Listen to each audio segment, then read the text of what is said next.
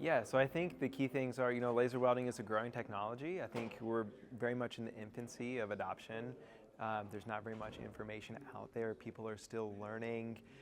But really, it is safe when used properly. It can be done to code, and the welds can be very strong when done properly. It's all about having the knowledge and the information about using the technology properly, and it's very powerful once people know how to use it.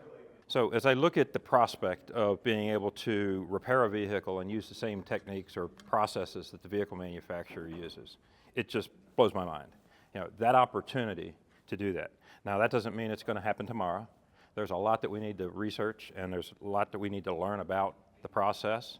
It is different than what we're used to as traditional MIG-MAG welders, GMA process. So adopting that over, and more importantly, gaining the confidence with the process to where we can get some OEM, at least acceptance or approvals on the process, is going to be paramount for us. So that's something that ICAR is going to continue to do, the research and the testing. We're going to be working with other folks out in the industry to better identify what the opportunities are for the future. The cars are made with lasers now, so we really think that we should be repairing the cars with lasers also. And there's a lot of advantages. You're not using electrons.